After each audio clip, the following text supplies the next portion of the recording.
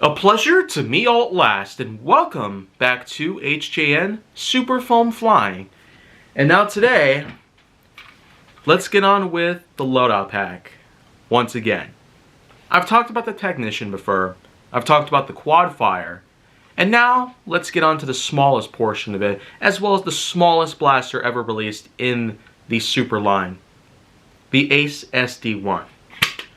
And I really do have to say though, that a blaster like this, being that it's probably expected that we get a bunch of Jolt reskins in the same way that we could probably expect a bunch of Quadrod reskins, because when I talked about the Quadfire QS4, I've talked a lot about how the Quadrod has been ripped off constantly. So being that the Jolt is another blaster that has been very subjective to these different reskins, repaints, recolors, re-releases, etc., the Ace SD1 pretty much just is a big part of the share in today's glory within this line itself. But it is in fact a bit different. It's got a bit more of a bulkier profile, if you can't already tell. It's a bit thicker than that of most other blasters. Here we have a more recent recoloring of the original Jolt EX1, which I call the Blazer. It is a 2015 re-release of the Jolt EX1. It's not very much different, but it does have some more orange over the light gray and black color scheme that it did have back when it was first released. But aside from that, having a bit of a different look also comes with a bunch of other things as well. It's got a bit more of a refined priming rod, so this way you can grip onto it easier, pull it down easier, and then of course you have yourself an iron sight on top. You have yourself the combination of this large orange piece on the top plus this little blue nub towards the back end to get a bit more of an accurate lineup with your shot. But of course, if there's one thing that's important about the Ace SD1, it's this: that it can only fire one dart at a time.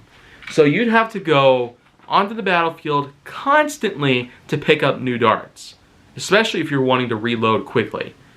But the thing is that I really do find the Ace SD1 to be pretty amazing, a next generation Jolt beyond all means. For a release of a Jolt-esque blaster in this lineup in particular, I really do feel that it's gotten itself a pretty nice way of reincarnating a famous blaster for a whole new generation.